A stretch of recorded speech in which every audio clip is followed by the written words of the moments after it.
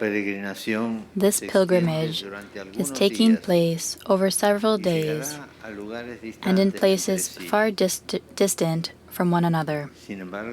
Even so, it will not allow me to expect the many invitations I have received to visit centers like Kamloops, Winnipeg, and various places in Saskatchewan, Yukon, and the Northwest Territories. Nonetheless, please know that all of you are in my thoughts and in my prayer. In his first stop on his Canadian visit, Pope Francis today asked for forgiveness and healing over the Roman Catholic Church's role in residential schools. It's a story decades in the making and one the whole country is watching. We will have the full story in just a moment, but first, here is what else is making news. First Nations leaders are looking for answers, as Saskatoon police are planning a search for a missing woman and her son who have not been seen since Friday. Also, an emotional roller coaster. The Saskatchewan Roughriders, down several players to injury and COVID-19, lose at home in the final moments to the Argos. This is CBC Saskatchewan News.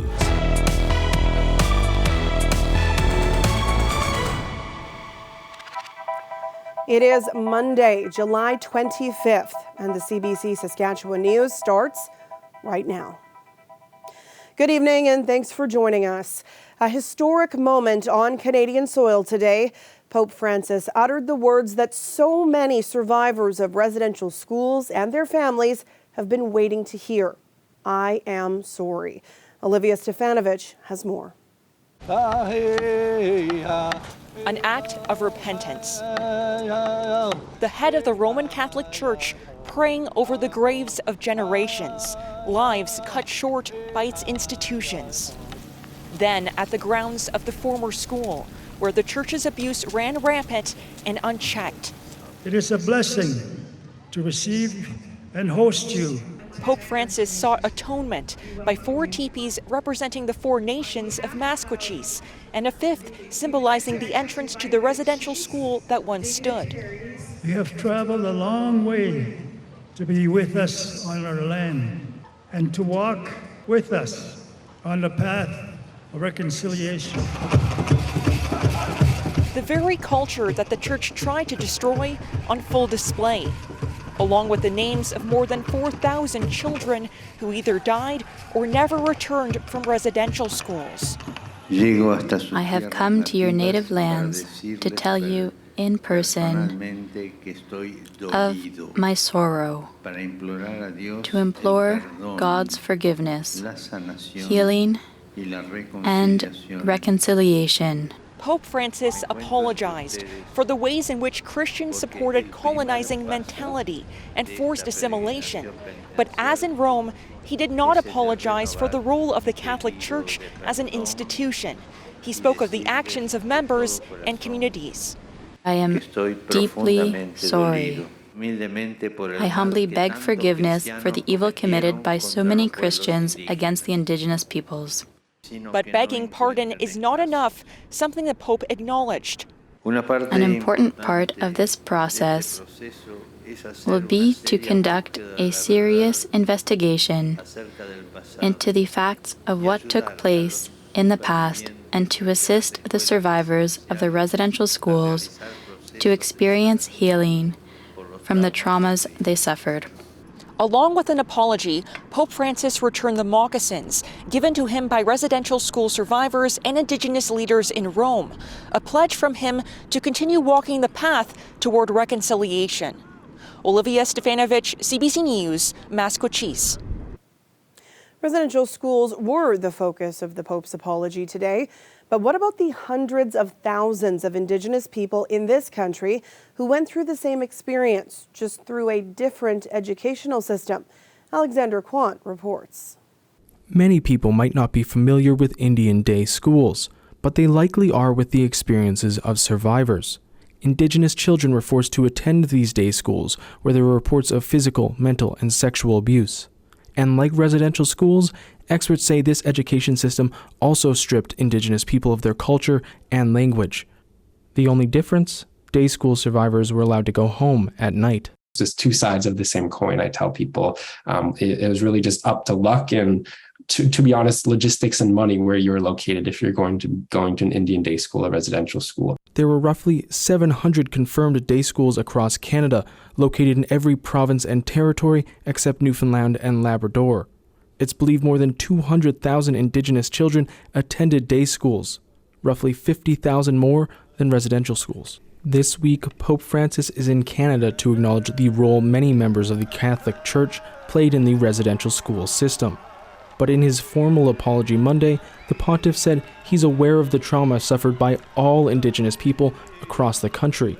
The words that I speak throughout this penitential journey are meant for every Native community and person. While there has been a public reckoning with residential schools in Canada, there has yet to be one for day schools, and survivors say that needs to change. Would the Pope come in here to apologize? I do understand and completely respect if the apology is meant for Indian residential school students. For me, if that helps to heal, absolutely, I support that. And so I guess the question becomes, okay, if that's done, would there be a forthcoming apology for the Indian day school students? Experts also say to fully understand the scope of day schools, another public inquiry, like the Truth and Reconciliation Commission, may be needed. This time, it would need to focus on day schools, which were not part of the original commission. Easier to show the residential schools as being so horrific today now because of everything that's been found, whereas the Indian day schools were doing just as much crime and punishments and experiments on Indigenous students that we still haven't come to terms with. So I think that's definitely problematic. The Pope's apology is meant to serve as the new beginning for action and healing in Canada, but for some survivors of Indian day schools, that process has yet to start. Alexander Kwan, CBC News, Regina. Support is available for anyone affected by residential schools. You can call the 24-hour National Crisis Line for access to emotional and crisis referral services. The number, 1-866-925-4419. Saskatoon police are planning a search for a missing woman. 48-year-old Dawn Walker and her 7-year-old son have not been seen since Friday.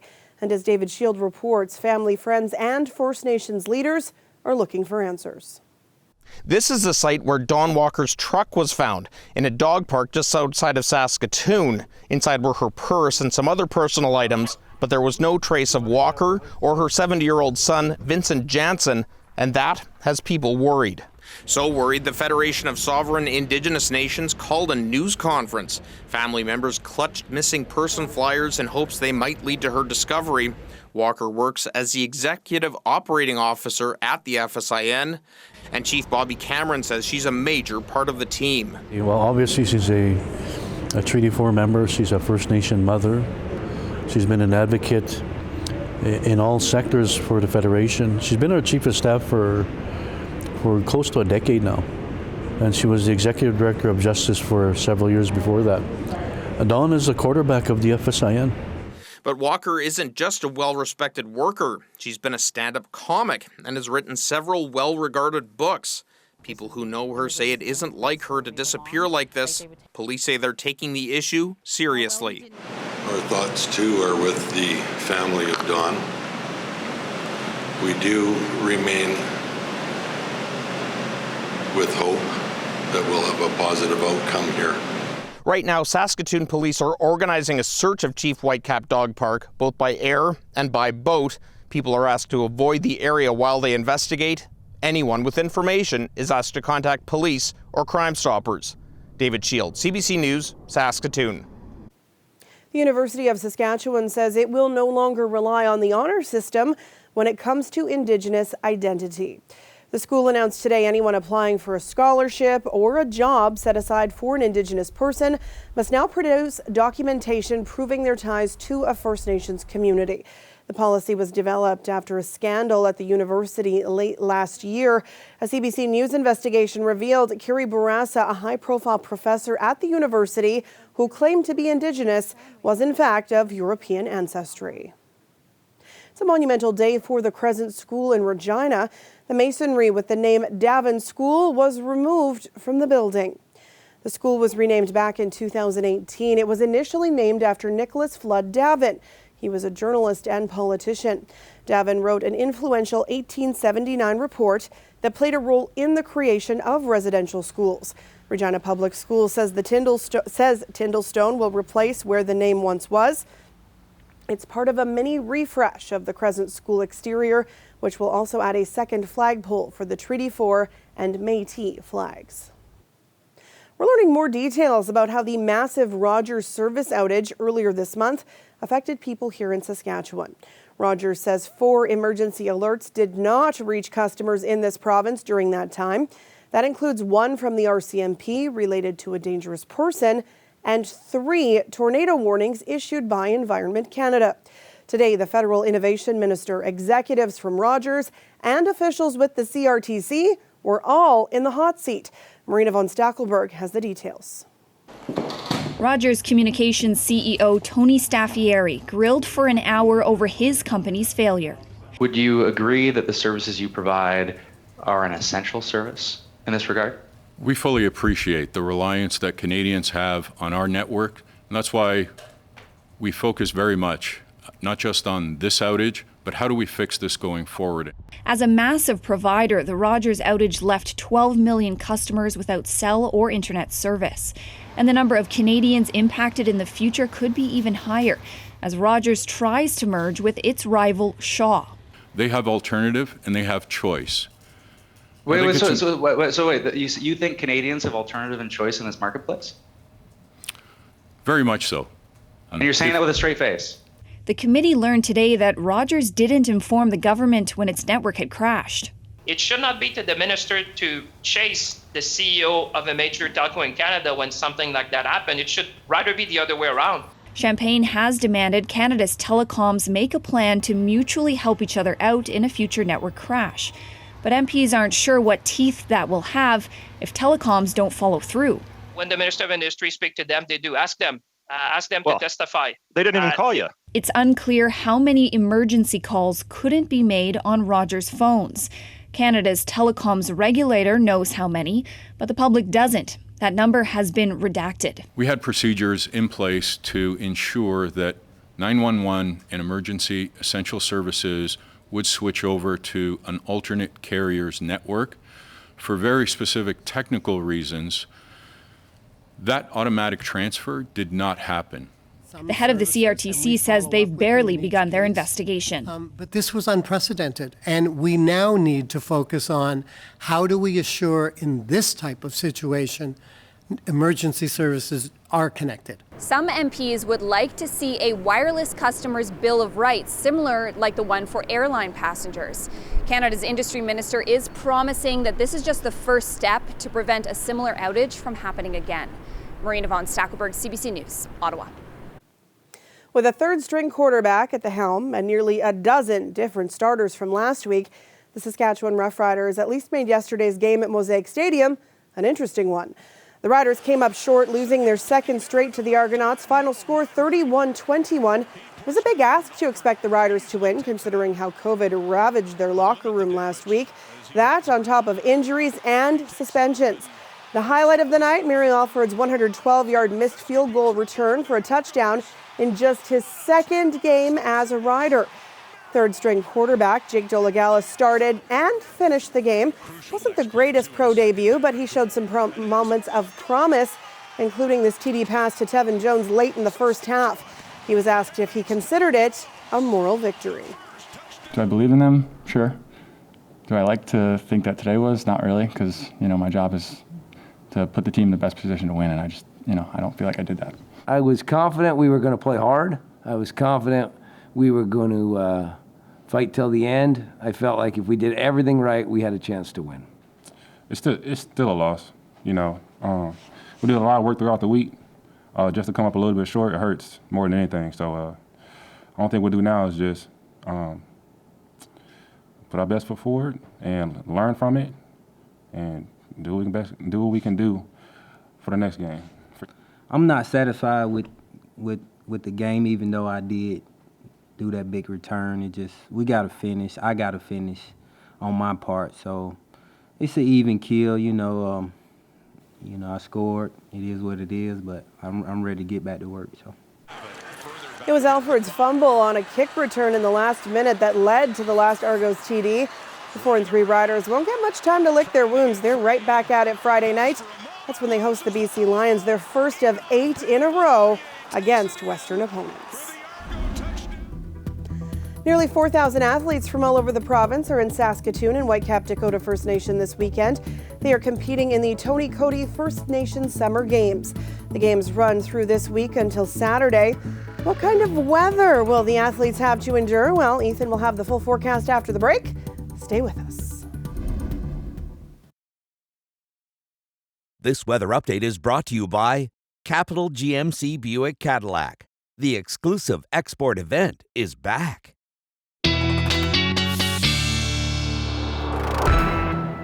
Welcome back. CBC weather specialist Ethan Williams joins me now. Oh my goodness, did it ever cool off this weekend? Yeah, it sure did. Temperatures a lot different than where we saw them last week, and I even heard the dreaded F word uttered, fall-like temperatures. But don't worry, there is a warm-up coming back in the next few days here. Now, I was going to show you the watches and warnings in effect in the province, but they have completely dropped off just in the last couple of minutes here. This was a funnel cloud advisory for the far north. We could see some cold core funnels and landspout tornadoes, but don't have to worry about that this evening. That's all over now. Showers through much of the province today, a band of it moving through Regina and now moving into Manitoba. Some spottier showers around Saskatoon, actually some heavy showers in the city itself a little earlier this afternoon as well, but those are starting to move out as well. And temperatures really still cold today in some locations. The warmest part of the province, the Churchill region. Many locations there are provincial hotspot this afternoon. But really throughout south and central, especially after showers have moved through Saskatoon, we're just sitting at 16 degrees right now, a little warmer in Regina, and of course, as always, the southwest sitting a little warmer over the 20-degree mark at this point. Now, this low-pressure system responsible for the rain in the province and some pop-up storms possible this evening is going to move out, and likely non-severe storms if we see any through the evening hours, but we'll get clearing overnight tonight, save for the far northeast portion of the province, and then come tomorrow, we're watching showers and thunderstorms again in portions of the north, mostly the Churchill region, and the south part of the province as well. Swift Current, Moose Jaw, Regina, over toward Yorkton, we could see some scattered showers and thunderstorms, most non-severe, but the central part of the province will be nice and clear tomorrow, we think, and then on Wednesday, high pressure moves in and we get clearing for almost all regions. Now, between 5 and 10 millimeters possible in places like Collins Bay, South End, Pelican Narrows through the night, but the western portion of the far north really should remain dry. Now, pay attention to this, all this heat under this ridge of high pressure on the coast of BC right now. It's going to be moving eastward as we head through the week. This trough going to move out, rain and showers for portions of Manitoba and northwestern Ontario, but we're really going to start to see the heat pick up as we get to midweek, and by the time we get to the weekend, temperatures will be close to 30 degrees for a lot of us. And wind gusts will be dying down overnight, but they'll pick up again tomorrow, between 40 and 50 kilometers an hour for much of the province, especially around the noon hour, before they die down as we head through the evening. And then the southeast part of the province sees those winds pick up on Wednesday afternoon, but they will be dying down as we get that high pressure building in. Next 7 days in Regina, again, chance of showers and thunderstorms tomorrow, and then sunshine basically from here on out. Hot day at the Rider game on Friday, and then humidex values actually start creeping in over the weekend as we get close to the 30-degree mark. Saskatoon, mix of sun and cloud tomorrow. Again, likely more sunshine for you than the south part of the province. Nice temperatures moving in and some rain on possible on Saturday and Sunday. And Sam, of course, it's nice that we're seeing those hot temperatures back, but some of us, I think, could still use the rain. We're a little dry in spots here. And for the record, the dreaded F word is frost, and you made me clutch my imaginary pearls. Well, I put those pearls away because you won't need them anytime soon now. Thanks, Ethan. You bet. Lifeguards at some Spanish beaches are getting help from above. A drone was used to save a life earlier this month. A 14-year-old boy found struggling off a beach in Valencia. The rescuers quickly flew a drone over and dropped him a life vest. The drone service has been rolled out to 22 beaches across Spain. We'll be back after the break.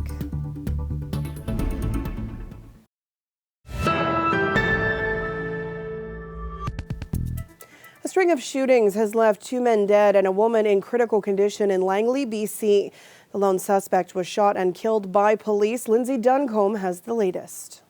This is one of several blocked off crime scene areas in Langley, British Columbia. Langley is 40 minutes outside of Vancouver, and it appears, based on what we've seen here in this parking lot area, that this may be where the whole violent incident ended. I want to show you what is just on the other side of this police tape. If you look in between those two pylons there, you can see an overturned camping-style backpack that is next to a bicycle which is pushed up onto the sidewalk, and then there are a couple of emergency police vehicles unmarked, and our camera operator was able to go in front of those vehicles, and you will see at least 7 bullet holes in those windows, which indicate that the officers inside may have been shooting out, perhaps in the altercation with this suspect. This all started for many people in the area when their phones buzzed at 6:15 in the morning saying to stay away from this area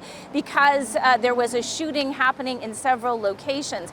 About 45 minutes later, another release from the RCMP over that phone alert system told them that someone was in custody.